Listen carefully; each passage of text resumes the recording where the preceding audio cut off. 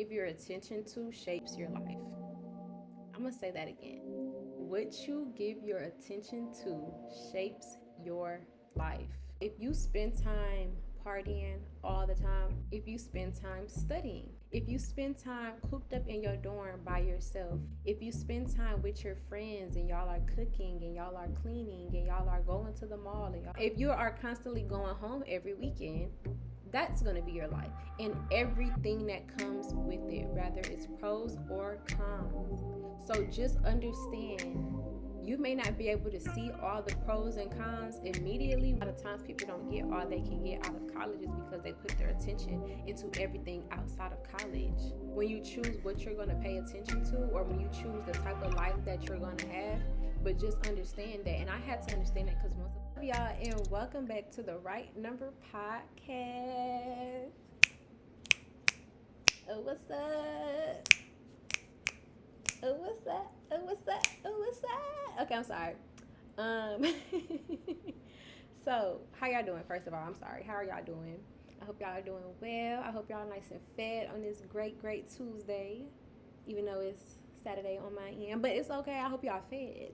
Okay. So I just want to thank you guys for tuning in to another episode of the Right Number Podcast. Okay, here we talk about everything self-analyzing, reflecting, and correcting. Okay, we cannot do better in life if we do not actually correct the flaws that we see and that we can correct. If it's something that God got to fix, just give it to him, put it at his feet. But if it's something that you can actively work on, which is 9 times out of 10 the case, then let's go ahead and just put our best foot forward and put our faith in God and be the best versions of ourselves. Okay, I'm your host, Armani LaDale, a young adult. I'm getting a little older, y'all. I'm getting a little older, not a lot, just a little bit though. I'm 23. I know that ain't horrible, but like, geez, I don't even look 23 though. I'm still giving, I don't know if that's a flex or not, 18, but it's whatever. Yes, drop y'all mental health checks below. So what we do here for mental health checks is we use 3 words to describe how we're feeling. So I'll go first. So boom, my 3 words for today are going to be full, because I'm hungry. I mean, I was hungry and now I'm not. Okay, first of all, thank God for blessing my refrigerator with all the groceries in it. And yesterday, y'all, I made collards for the first time, and I'm talking about y'all might just want me to make them for the rest of everybody's life. I'm bringing the collard greens to the potluck, first of all.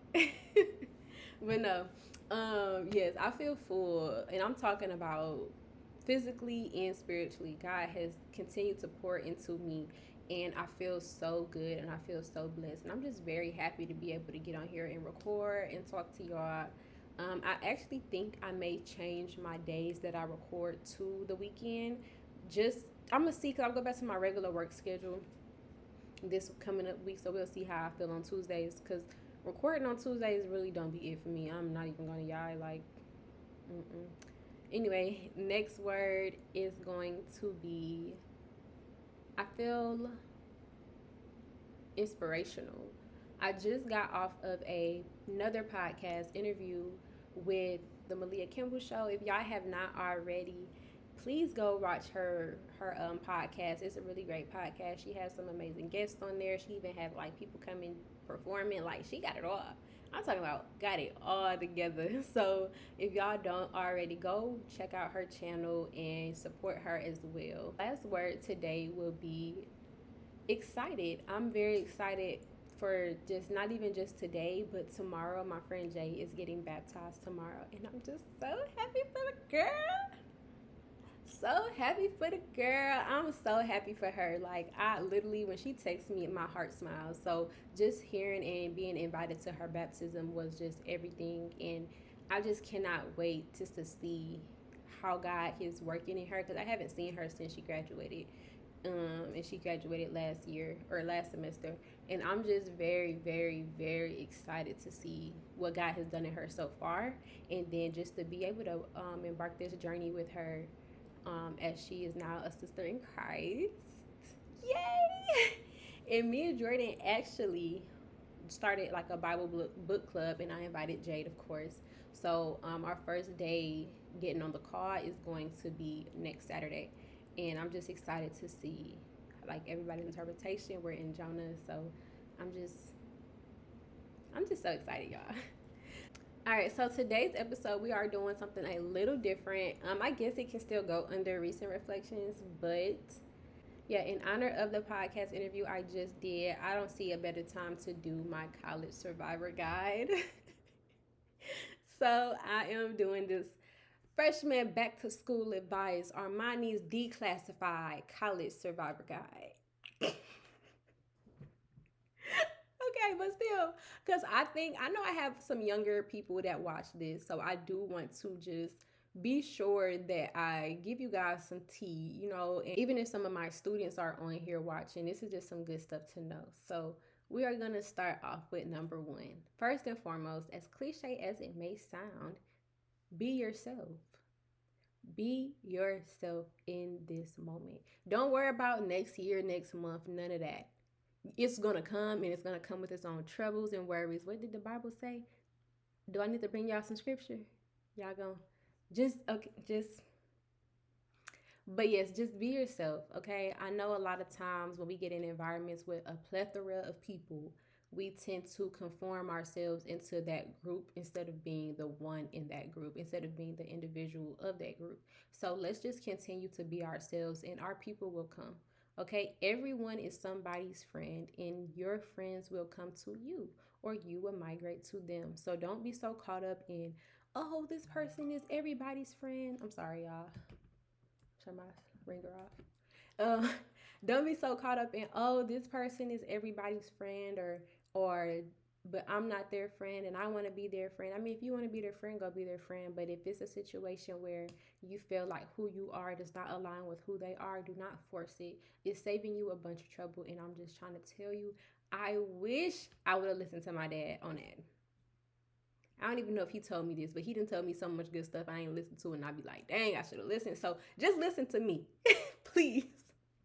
Just be yourself. Now, if somebody does inspire you to grow, somebody does inspire you to do something different, that's different. If you can have inspirations, you can have somebody that you admire and all these different things. But at the end of the day, do what feels right to you in that moment. Do not worry about anybody else unless they are somebody that you know has your best interest at heart. You can consider it, consult with God, and adjust. But don't change who you are, okay? Number two, just in light of what I just said, everybody is not your friend. And something I had to tell my students, the freshmen that were coming in, is to make friends outside of your roommate. I'm not saying that your roommate is not going to be your friend, but you also have to live with this person. And if you guys are always hanging out, you guys are going to clash. And if you guys clash, you got to live with her or him. You get what I'm saying? So just have healthy boundaries and try to make friends outside of the dorm, but also understand that everybody that you talk to is not your friend. It's a lot of times I see in college where it's, oh, this person did me wrong and they're supposed to be my friend because they were in a few organizations together. Did y'all hang out every day? Did y'all know each other's secrets? Did y'all confide in each other? Were y'all responsible for one another once upon a time? Just because y'all go to parties together, just because y'all hang out with other friends together, does not make that person secluded to be your friend. So just understand what a friend is and understand who friends are. It's a big, big difference between friends and acquaintances or mutuals. You get what I'm saying? So it'll save you a lot of worry and heartache if you understand who is your friend and y'all have a mutual understanding. And with that, I just really encourage you to learn who people are and believe them when they show you who they are. Maya Angelou. But yes, learn who these people are. Okay, learn who you are hanging around. Learn what kind of person they are, and understand if this is the kind of friend you want to have, by all means have it. But if the kind of friend that you see this person is, or the kind of person you see this person is, ask yourself if that is that a friend of mine. Does this character trait fall in line with the friends I have for myself? Does it fall in line with the goals I have for myself? Does it fall in line with it? And if not, it's okay to find someone else. Number three would be to compartmentalize your friends. And this is a beautiful skill. Y'all can't see my hand. A beautiful skill. A beautiful skill, please. You have your friends that you go to parties with, you have your friends that you study with, you have your friends that you go to the caf with, you have your friends that talk you off a cliff, you have your friends that will push you off the cliff, you have your friends that will encourage the toxicity in your relationship, you have friends that actually want better for you, you have friends that hold you accountable, you have friends, listen to me, you have friends for everything. And every blue moon you will find a friend that is all around the best of friends for every compartment. They know how to adjust. They are well rounded. And those I do think are like your close sisters, almost like your best friend to an extent. But understand what friends are for. Understand that you don't have to talk to these friends every single day. But I have a friend, Coop. I don't talk to Coop every single day. Coop knows I'm a friend that probably talk her off a cliff. And I'm okay with that. I don't have to be everybody's best friend. So I think it's important that we compartmentalize our friends and be okay with being compartmentalized. We still there for each other. At the end of the day, I'm gonna call Coop if you want to go on this trip, girl. All right, bet. But I only talk to Coop every blue moon. Not only when she needs me to talk her off a hill. I just know sometimes she needs me to talk her off a hill, but sometimes we call to catch up, but I don't talk to her every day. On the other hand, I have Jordan, who I talk to every single day almost. It's like clockwork. I talk to Jordan every day. And she can talk me off a hill. I can talk her off a hill. We can give each other advice. We can laugh. We can talk smack to each other.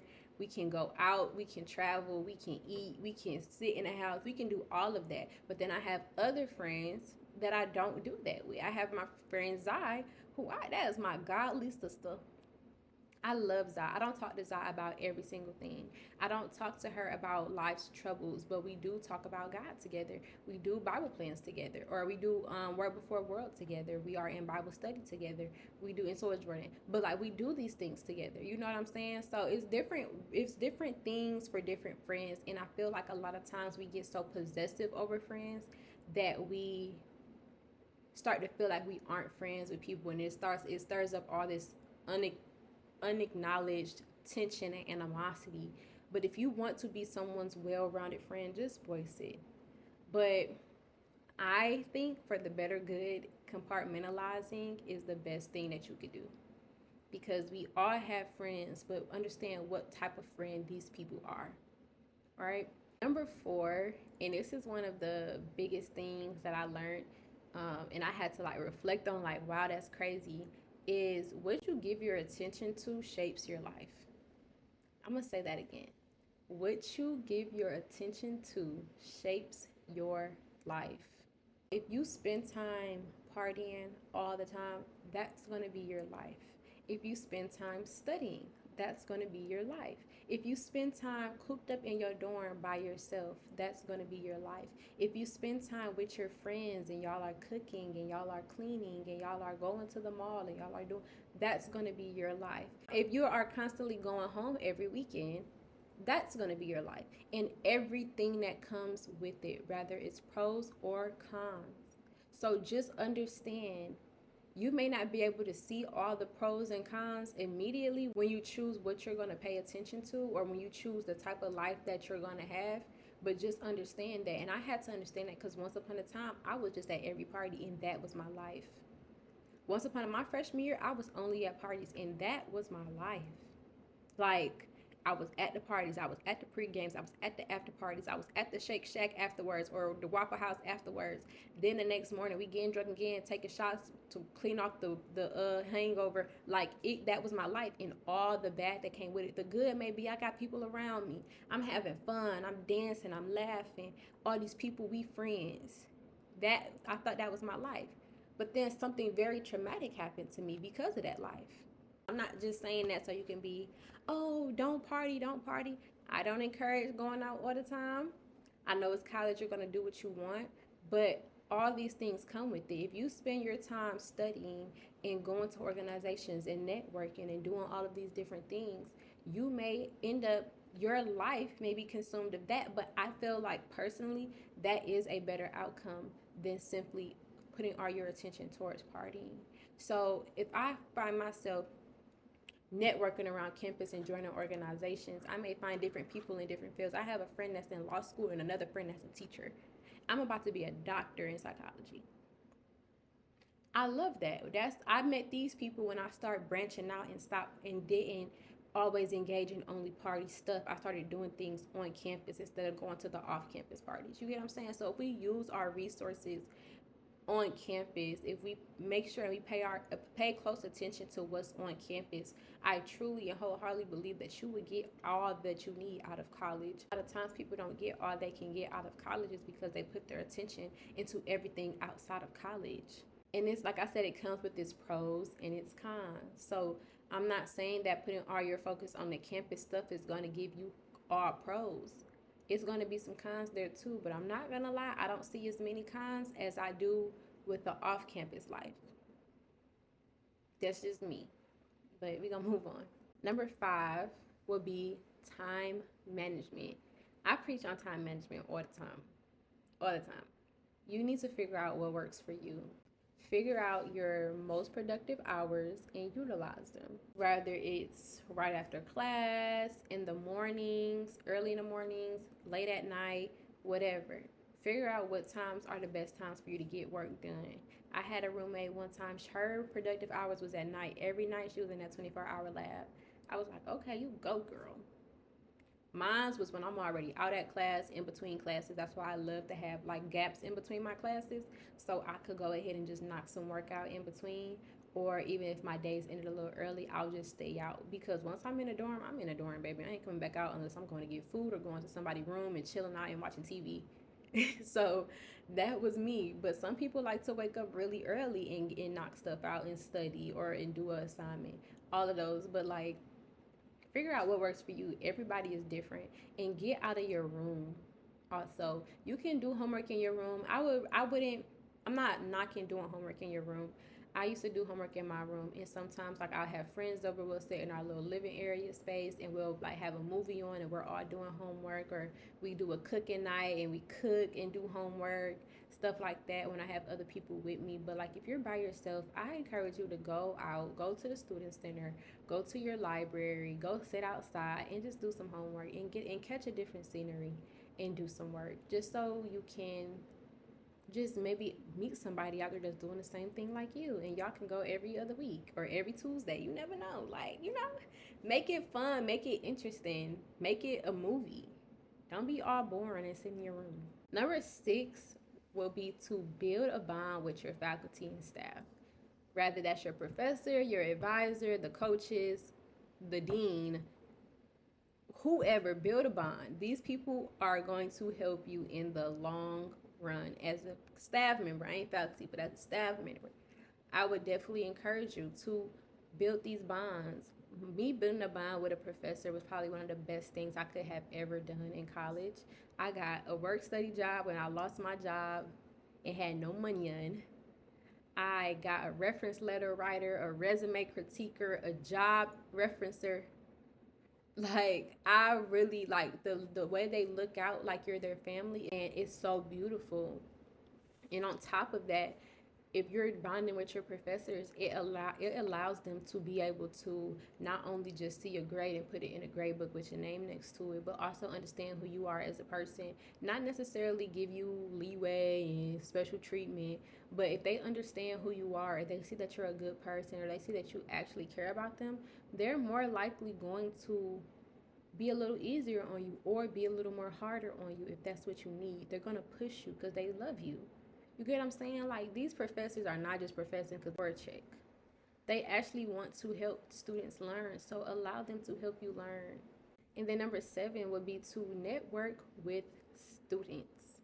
Again, who you hang around is important. They don't have to be your bestie westie, but join organizations, join different things. Like, go mingle, mix and mingle. When you see different events on campus, go to them, because these are the same people that you're going to see your senior year that are in internships, that are head of their class, that are presidents of clubs, that are doing all of these things.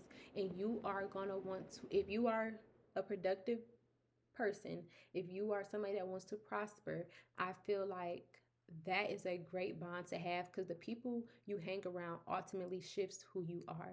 So again, I just have to really, really like press down on the fact that that is something that you should want to do A lot of times we come to college with certain people and they are not there when we leave.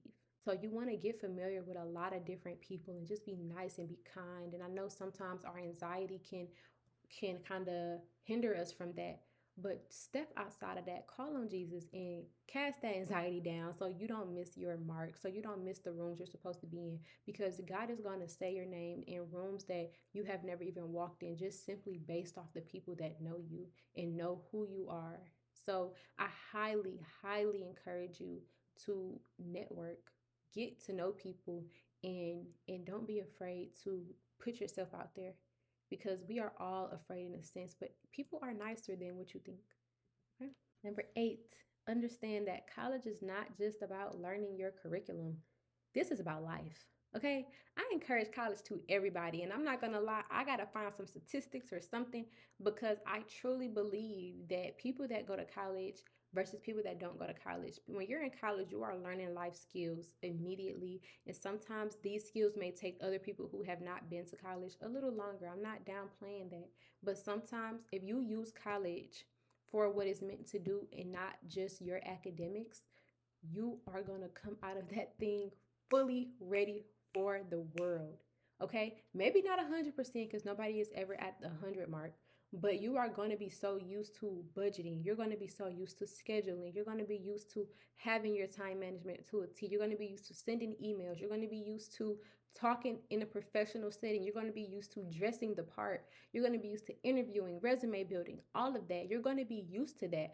Like, it's going to be like second nature for you. So I definitely feel like understand that this is a place for you to build yourself, your adult self. And I was just telling Malia on her podcast that I used college to help me become the person that I wanted to be. It was my clean slate. Nobody there knew me before college. So college was my clean slate. It was for me to see the shoes of the woman I wanted to become and put my foot in there and give it time to grow. You're not going to be that person right out the gate, but just look at every experience like, wow, this is going to help me in 10 years. This is going to help me in 5 years. This is going to help me as soon as I learn that, as soon as I get this right, it's going to help you build a routine and a habit. So allow it to. You are learning about responsibility and you are learning about adulting.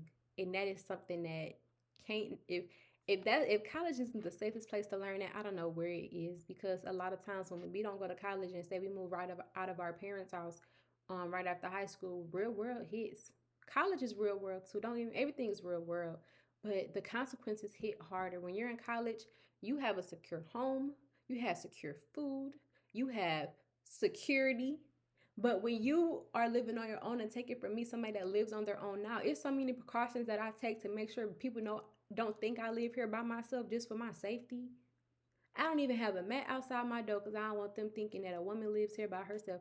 I don't know. My daddy put that in my head and I be having secondhand PTSD, but I don't have security. I have a Ring camera outside my door and that's okay. Like, that's fine. But imagine not knowing that fresh out of high school.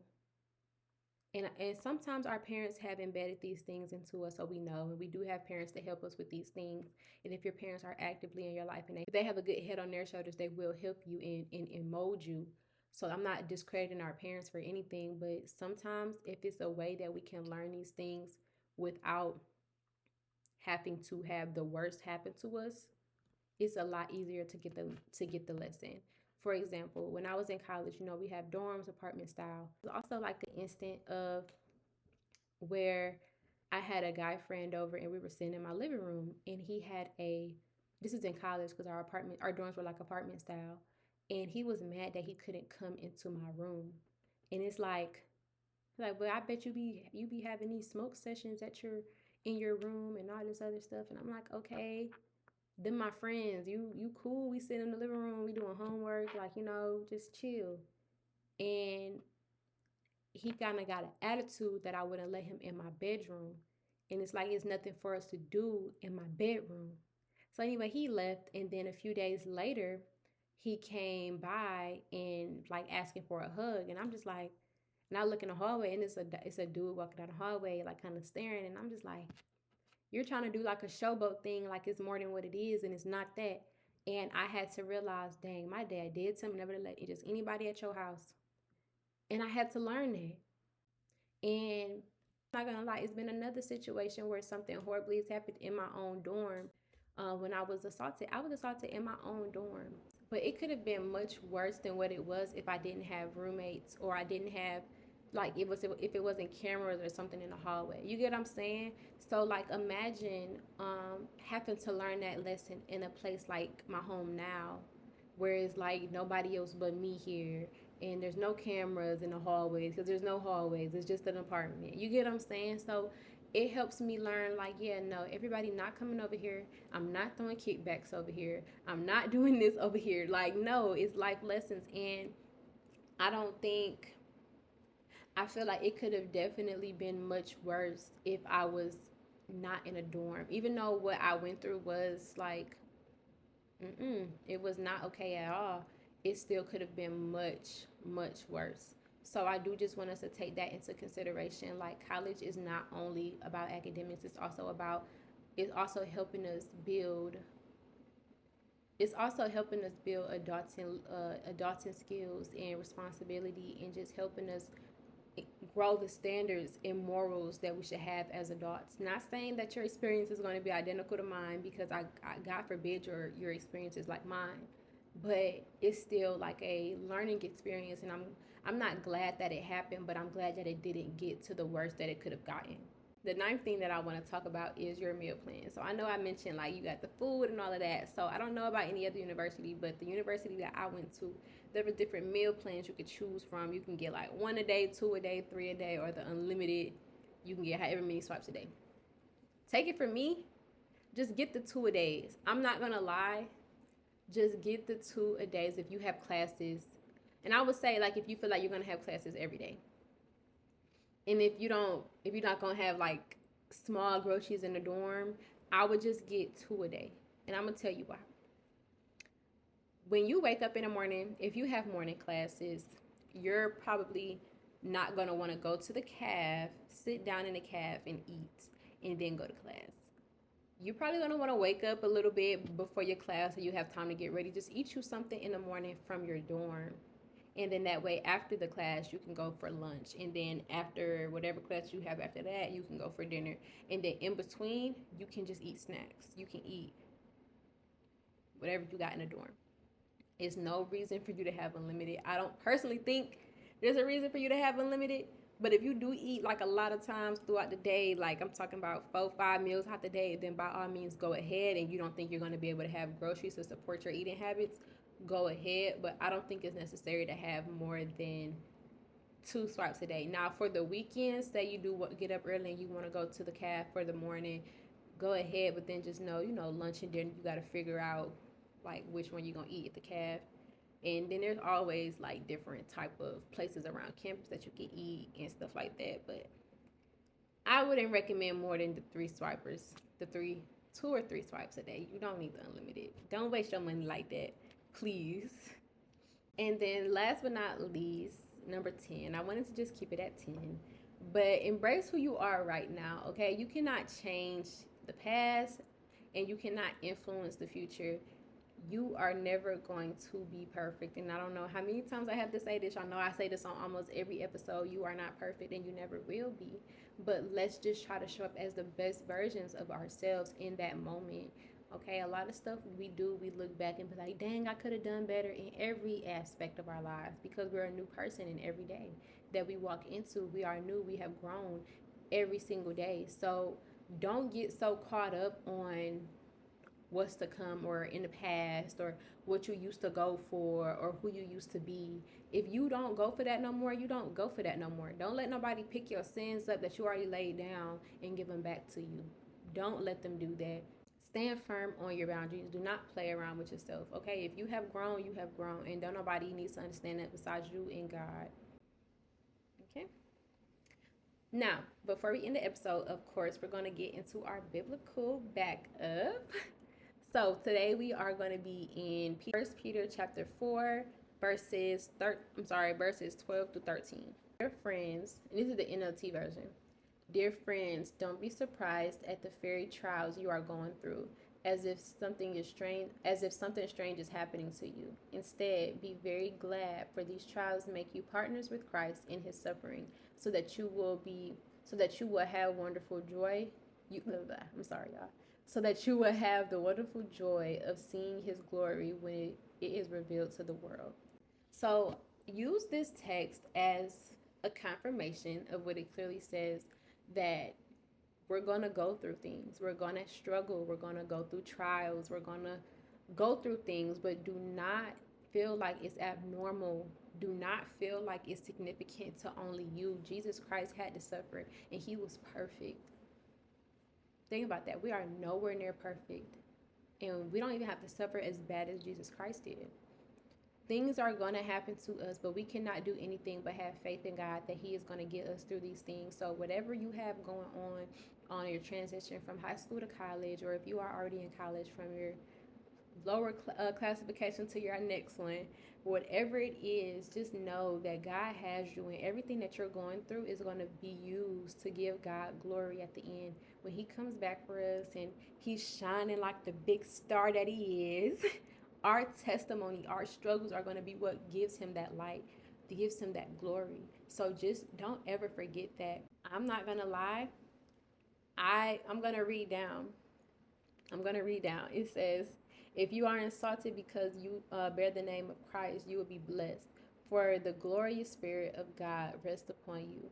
If you suffer, however, it should not be for murder, stealing, making trouble, or prying into other people's affairs, but it is no shame to suffer from being a Christian. But just know we are going to suffer, and it is better to suffer in the name of Jesus than it is to suffer for something that Jesus does not even approve of. It is worse to suffer for things that's going against Jesus Christ. Stick to the word. Stick to who God has called you to be.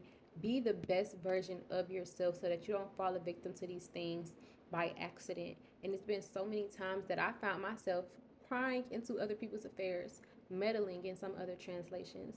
I have found myself doing that, and because I was meddling, I got into fights that could have got me kicked out of school. And I'm talking about on several occasions.